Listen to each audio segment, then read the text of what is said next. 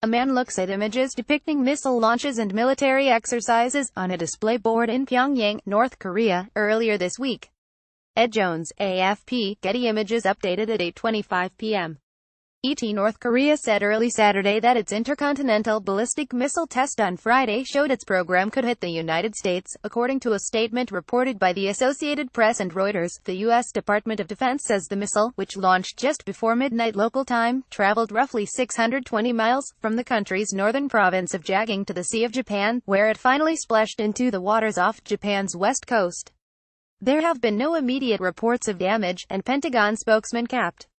Jeff Davis say the North American Aerospace Defense Command determined the missile launch from North Korea did not pose a threat to North America. In response to the launch, the Pentagon announced that it had conducted a precision missile firing exercise with South Korea. President Trump released a statement calling the launch only the latest reckless and dangerous action by the North Korean regime.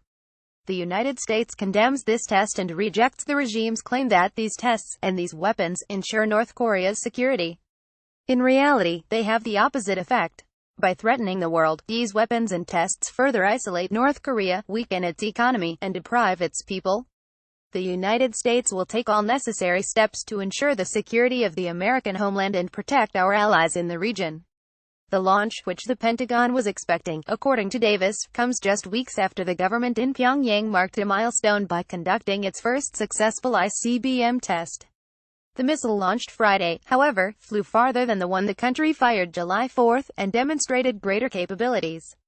It does appear that at a minimum this missile may go up to 10,000 kilometers, 6,200 miles, but it may go as far as 11,000 kilometers, 6,800 miles. Melissa Hannum, senior research associate with the East Asia Non-Proliferation Program at the Middlebury Institute, tells NPR's Robert Siegel, and that puts all of the West Coast and the Midwest in range at 10,000 kilometers, Hannum adds, and at 11,000 kilometers, pretty much every U.S. state but Florida is in range.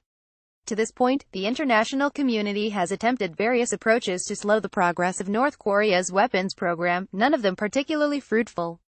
Less than 2 weeks ago, for instance, the South Korean government made a rare diplomatic overture to Pyongyang, seeking new military talks with Kim Jong-un's regime. That offer was never accepted.